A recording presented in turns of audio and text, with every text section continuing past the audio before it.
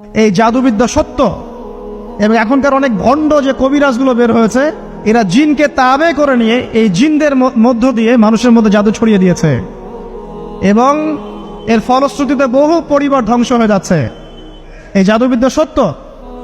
আরো একটা জিনিস সত্য, নবী সাল্লাল্লাহু আলাইহি ওয়াসাল্লাম বলেছেন ইন্না আইনাল হক, চোখের নজর সত্য। নবী করিম সাল্লাল্লাহু আলাইহি ওয়াসাল্লাম বলেছেন চোখের বদনজর সত্য। এই যে আমরা বলি ফেসবুকে এত বেশি ছবি দিয়েন না ভাই, ছবি তুলেন না, ছবি তুলেন না, বারবার যে বলি নিষেধ করি। কারণ কি জানেন? একটাই কারণ, বিকজ চোখ লাগাটা সত্য। মানুষের চোখ লাগে, এই কথা শুনলে অনেক মজুমদাররা হাসবে না? কথা বুঝতে পারেন নাই? কিন্তু এটা সত্য, কারণ নবী করিম সাল্লাল্লাহু আলাইহি ওয়াসাল্লাম যা বলেছেন সাদাকাল্লাহু ওয়া সাদাকা রাসূলুহুল কারীম। নবী যা বলেছেন, আল্লাহ যা বলেছেন চিরায়ত সত্য, এর বাইরে কোনো সত্য আছে? আচ্ছা দেখেন, আমি বললাম যে জাদুবিদ্যা সত্য। এই জাদুবিদ্যার চর্চা মানুষ করে, এখনো করে, এবং এই জাদু দিয়ে মানুষের ক্ষতি করার জন্য জিনের প্রয়োজন হয়, দুষ্ট জিন। এই জিনগুলোকে মানুষ তাবে করে মানুষের ক্ষতি করার চেষ্টা করে। দেখবেন এখন গ্রামে গঞ্জে শহরে সব জায়গায় ছড়িয়ে পড়েছে না? দেখবেন, খুব সতর্ক থাকবেন। আমি পরে সলিউশন বলছি আপনাদেরকে। আরেকটা বলেছি, নবী সাল্লাল্লাহু আলাইহি ওয়াসাল্লাম বলেছেন চোখের বদনজর এমন সত্য যে একটা উটকে এই রান্নার ডেকচির মধ্যে ঢুকাই ফেলতে পারে। মানে একটা উট খুব সুন্দর ভালো, আপনি দেখছেন মাশাআল্লাহ বলেন নাই, নজর লেগেছে, উটটা মারা গেছে দেন, তারপর তাকে জবাই করে খেয়ে ফেলতে হয়েছে। একজন সাহাবী গোসল করছিলেন, গোসল, এটা হাদিস সহিহ। এই আলেম ওলামা যারা আছেন তারা জানেন যে এই হাদিস সহিহ। একজন সাহাবী গোসল করছেন, তার গায়ের চামড়াটা খুব সুন্দর ছিল, একদম স্কিনটা অনেক সুন্দর থাকে না এমন কিছু মানুষ? আচ্ছা, এখন আরেকজন সাহাবী এই গোসল দেখছেন দূর থেকে, দেখে বলছেন যে কি চমৎকার তার শরীরের রংটা, যেন কুমারী নারীর মতো, অনেকটা এমন একটা কথা তিনি বলেছিলেন। সাথে সাথে এই সাহাবী অজ্ঞান হয়ে পড়ে গেছে। কোন সাহাবী? যিনি গোসল করছিলেন।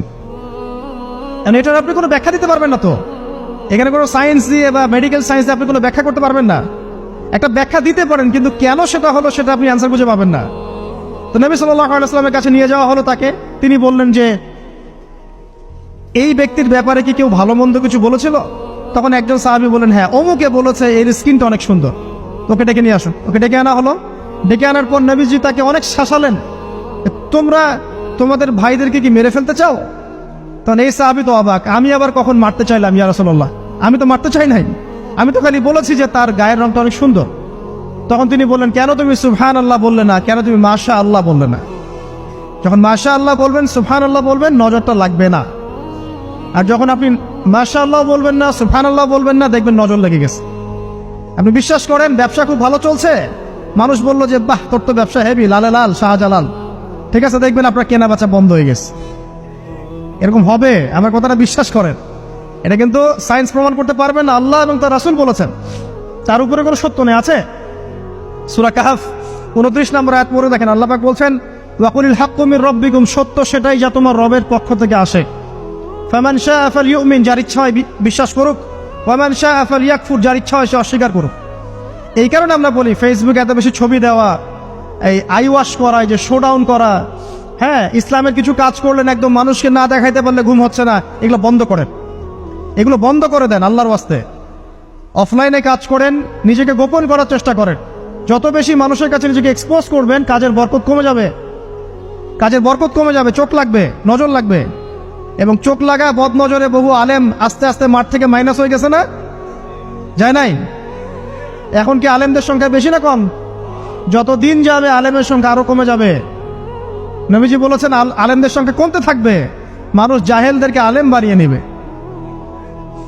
তো প্রিয় ভাইরা, জাদুবিদ্যা সত্য, চোখের বদনজর সত্য, রাতের এই অনিষ্টগুলো সত্য, রাতের বেলা অনেক ক্ষতি আছে। এই জন্য নবীজি বলছেন বাচ্চাদেরকে বাইরে বের করো না, এবং তোমরাও রাত যখন গভীর হবে তখন এদিক ওদিক ঘোরাফেরা করো না। দেখবেন রাত যত গভীর হয় আমাদের শহরগুলো তত জীবিত হয়, তাই না? তাই না? রাত যত গভীর হচ্ছে শহর তত জীবিত হয়। চায়ের দোকানে আড্ডা বেশি, ওই সিনেমা দেখছে, টিভি দেখছে, ক্যারাম খেলছে, লুডো খেলছে, ঘুম নাই। ঘুম কখন? ফজরের আগে আগে। ফজরের নামাজ কিন্তু নাই, ফজরের ঠিক আগে আগে, আবার ওই যে জোহরের নামাজের সঙ্গে উঠতেছে। এখন আমাকে বলেন এরকম জেনারেশনকে দিয়ে কি আসলে ইসলামের কোনো খেদমত হবে? আচ্ছা, নবীজি রাতের বেলা আর্লি ঘুমাতেন, আল্লাহ পাক আমাদের সবাইকে তাড়াতাড়ি ঘুমানোর তৌফিক দান করুন।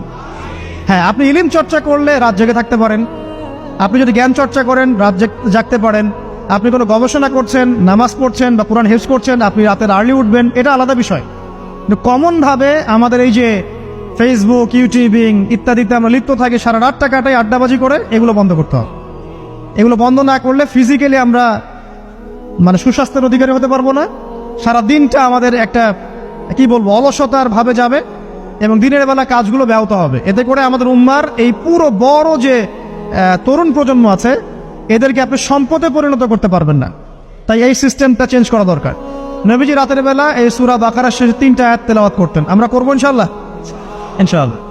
আরেকটা আমল বলে দেই, নবী করিম সাল্লাল্লাহু আলাইহি ওয়াসাল্লাম রাতের বেলা সূরা মুলক তেলাওয়াত করতেন। কোন সূরা এটা? কোন সূরা? তাবারাকাল্লাযী বিয়াদিহিল মুলক। কয়টা আয়াত আছে?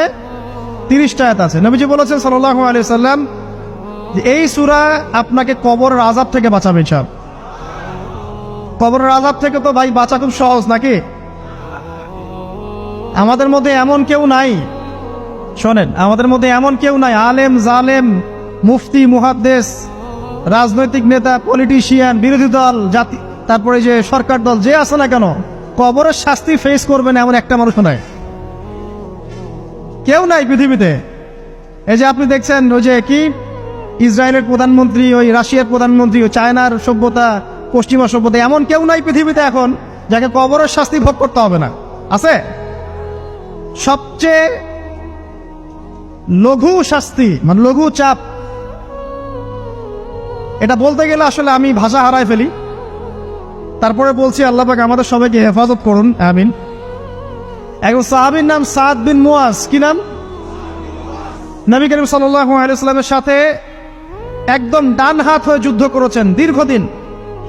বদর তিনি বীর সেনা, উহুদের বীর সেনা, ঠিক আছে। খন্দকের যুদ্ধেও বীর বিক্রমে যুদ্ধ করেছেন। তিনি আনসার সাহাবী, একদম মদিনার নেতা সাহাবী। সব সাহাবী কিন্তু একরকম নন। কেউ ছিলেন নেতৃস্থানীয় সাহাবী, তিনি ছিলেন একজন নেতৃস্থানীয় সাহাবী, ঠিক আছে। সাদ বিন মুয়াজ নবী করিম সাল্লাল্লাহু আলাইহি ওয়াসাল্লাম এত ভালোবাসতেন তাকে, এত ভালোবাসতেন যে তাকে নিজের মনে করতেন যে সাদ বিন মুয়াজ আনসাররা আমার নিজের। চারটাখানি কথা। এই সাহাবীর খন্দকের যুদ্ধে এই যে হাতের এই দিকে সম্ভবত হাতের এই রগের মধ্যে একটা তীর এসে লাগে এখানে, এবং তীরটা তিনি বের করতে গিয়ে রক্তটা ছিঁড়ে যায়। এরপর ফিনকি দিয়ে রক্ত বের হওয়া শুরু হয়। চিকিৎসা করে করে রক্ত বন্ধ করা যায় নাই, এবং এই রক্তের প্রবাহিত রক্তেই আল্লাহর ইচ্ছায় তিনি শাহাদাত বরণ করেন, তিনি ইন্তেকাল করেন। নবী করিম সাল্লাল্লাহু আলাইহি ওয়াসাল্লাম প্রচন্ড ব্যথিত হন, মানে মনটা তার খুব নরম হয়ে যায় সাদ বিন মুয়াজ রাদিয়াল্লাহু আনহুর জন্য। তো এই সাহাবীর যখন জানাজার নামাজ পড়ানো হচ্ছে, নবীজি বলছেন 70,000 ফেরেশতা তার নামাজে অংশ নিয়েছে। আর এই সাহাবীকে যখন কবরে শোয়ানো হয়েছে, নবী করিম সাল্লাল্লাহু আলাইহি ওয়াসাল্লাম পরে জানিয়েছেন কবরের যে মৃদু চাপ, সাদ বিন মুয়াজ রাদিয়াল্লাহু আনহুর কবরেও সেই মৃদু চাপ দেওয়া হয়েছে। আমি কি বুঝাতে পারলাম ভাই? আমাদের কোনো দাম আছে এখনকার পলিটিশিয়ানদের কোনো দাম আছে? এখনকার সমাজ নেতার কোনো দাম আছে? এখনকার সুদখোরদের কোনো দাম আছে?